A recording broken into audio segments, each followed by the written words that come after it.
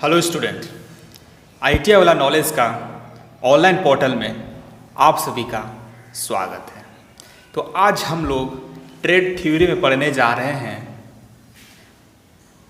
Extension of range of an ammeter. Meter की माप सीमा को विस्तार कैसे किया जाता है इसके बारे में हम लोग पढ़ेंगे। तो सबसे जानेंगे सबसे पहले क्या है ये और कैसे विस्तार करते हैं।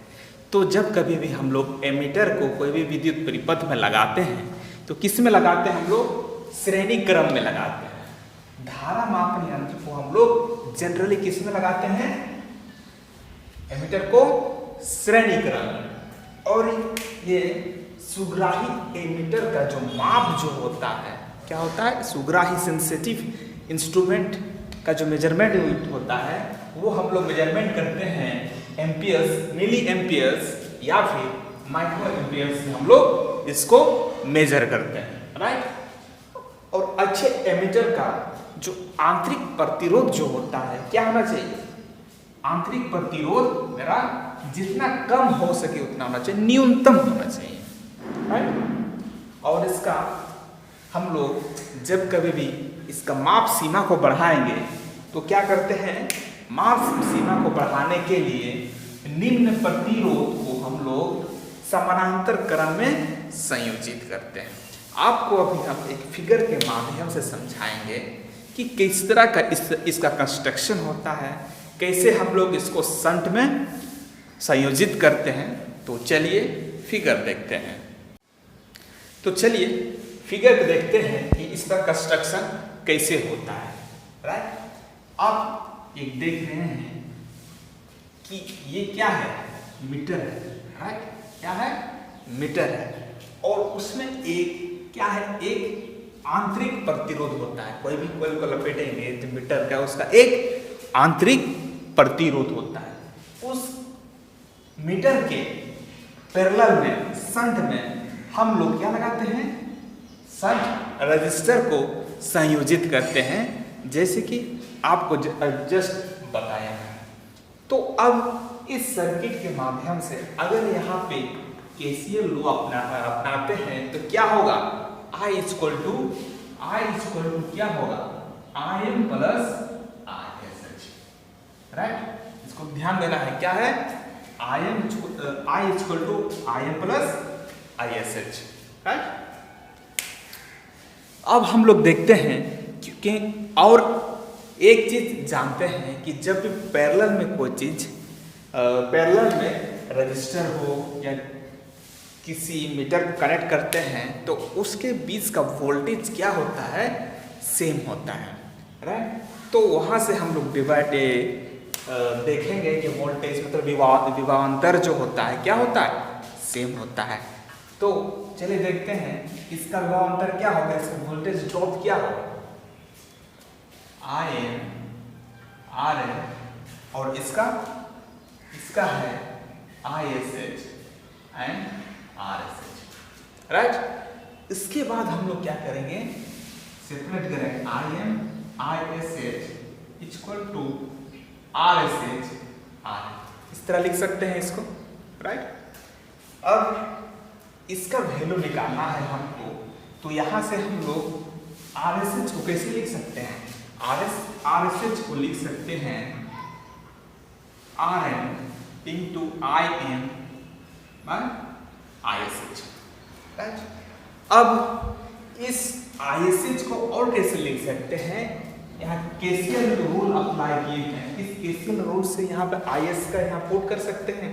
तो IS का अगर यहाँ से वैल्यू निकालते हैं ISH तो क्या होगा? I minus IM, right. तो यहाँ पे हम उस वैल्यू को पुट करते हैं RM IM into I minus I। तो इस तरह से हम लोग इसका वैल्यू क्या कर सकते हैं? फाइंड आउट कर सकते हैं, राइट। इससे रिलेटेड कुछ क्वेश्चंस होंगे, इसको भी हम लोग देखेंगे और समझेंगे कि इस तरह का क्वेश्चंस को कैसे सॉल्व किया जा सकता है। इसको अगर यहाँ से और इसका फर्दर प्रोसीड करेंगे, हम लोग सॉल्यूशन करेंगे तो क्या आ सकता है, इसको हम लिखते हैं यहाँ पे RSH, क्या लिखा हुआ है RNIN, राइट। अब यहाँ से क्या करेंगे, यहाँ से हम आयन कॉमन ले लेंगे तो क्या आएगा RSH equal to RNIN divided by IN common ले लिए तो I by IN minus 1, right. तो इसको और प्रोसीड फर्दर करते हैं और समझेंगे कि आखिर होता क्या फॉर्मूला है इसका। ISH इक्वल टू, ये कैंसिल हो जाएगा तो क्या होगा RN और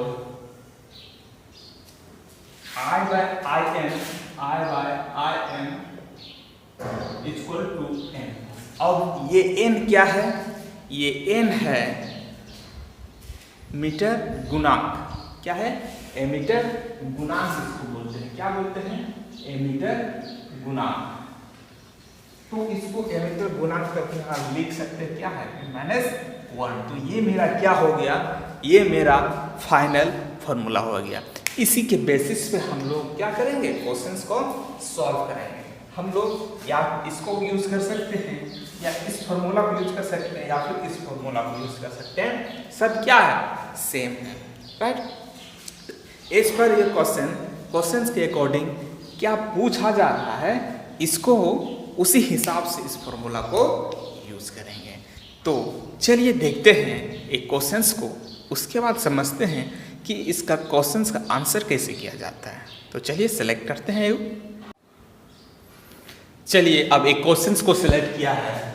क्वेश्चन क्या है, किसी मूविंग कॉइल यंत्र का आंतरिक प्रतिरोध 2 ओम है और 1 एम्पीयर विद्युत धारा पर पूर्ण विक्षेप दर्शाता है।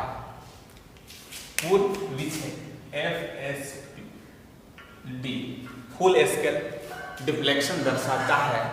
यंत्र की माप सीमा को 0 से 5 एम्पीयर तक बढ़ाने के लिए आवश्यक शंट प्रतिरोध की गणना कीजिए। मतलब हम लोग क्या निकाला है, शंट प्रतिरोध। तो सबसे पहले हम लोग समझते हैं, उसका फिगर बना लेते हैं, ड्रॉ कर लेते हैं, एमीटर का कनेक्शन कैसा रहता है, राइट। क्या है, मीटर एमीटर है, right. Total current IM ISH shunt resistor internal emitter resistance. अब हम लोग क्या देखेंगे, अब हम लोग देखेंगे कि क्या क्या दिया हुआ है। मूविंग कॉइल का यंत्र का आंतरिक प्रतिरोध ये दिया गया है आपको, कितना है R, आंतरिक प्रतिरोध 2 ओम और 1 एम्पीयर विद्युत धारा पर पूर्ण विक्षेपण IM का वैल्यू कितना दिया हुआ है, IM का वैल्यू दिया है 1 एम्पीयर, राइट। यंत्र की माप सीमा को बढ़ाना है, क्या करना है, यंत्र की माप सीमा को बढ़ाना है, कितना से कितना तक, 0 से 5। तो सबसे लास्ट कितना है 5। तो I कितना बढ़ाना है हमको, 5 एम्पीयर तक करना है। तो हम लोगों को निकालना है RS का वैल्यू, राइट। तो कैसे निकालेंगे हम लोग, चलिए देखते हैं। सबसे पहले हम लोग एक फॉर्मूला लिखेंगे, RS इक्वल टू क्या क्या पढ़ा अभी हम लोगों ने, IM RN right, I minus I। एक तो ये पढ़ा हम लोगों ने। नेक्स्ट क्या पढ़ा, RSH equal to RN N minus 1, इसको ही पढ़ा, दोनों से निकले, राइट। तो सबसे पहले देखते हैं, सिंपल इजी वे से निकालते हैं और समझते हैं हम लोग कि इसका आंसर क्या होगा। क्या क्या दिया हुआ है, IM RN दिया गया है, राइट, I भी दिया गया है, IM भी मिला हुआ है। तो हम यहाँ से इजीली क्या कर सकते हैं, फाइंड आउट कर सकते हैं, यहीं से इस क्वेश्चन को सॉल्यूशन निकाल सकते हैं। तो चलिए इसमें पुट करते हैं और सॉल्यूशन देखते हैं क्या आंसर आता है। आर एस इक्वल टू कितना होगा, 5 एम्पियर डिफ्लेक्शन दिखाने के लिए, टक्कर दिखाने के लिए, तो I M R M, I M क्या है 1 एम्पियर इंटू आर क्या है 2 ohm divided by total current क्या होना चाहिए 5, उसका आई एम कितना है 1, क्या होगा 2/4, तो क्या होगा 1/2, तो इसको क्या लिख सकते हैं 0.5, क्या चाहिए ओम, राइट। तो इस तरह से हम लोगों ने देखा, बहुत ही इजी वे में इसका आंसर को निकाल लिया। तो आपको भी इस तरह का क्वेश्चन दिया जाएगा, जब भी आपको पूछा जाएगा तो इसी तरह सॉल्व करना है। सबसे पहले क्या करना है, एक इमेजिनरी को ड्रॉ कर लीजिए ताकि आपको ये समझ में आए कि पूछा क्या जा रहा है, वो विजुअली दिख सके, राइट। अब यहाँ से क्या कीजिएगा, सब कुछ दिख जाएगा, ISH का जरूरत तो पड़ा नहीं, तो हमको क्या कहते हैं उसके बाद फॉर्मूला से ड्राइव कर दे, RSH क्या होता है IM/RM I-IS, तो यहाँ से क्या निकल गया, ये IS निकल गया और इसको पुट किया और डायरेक्ट क्या आ गया इसका आंसर।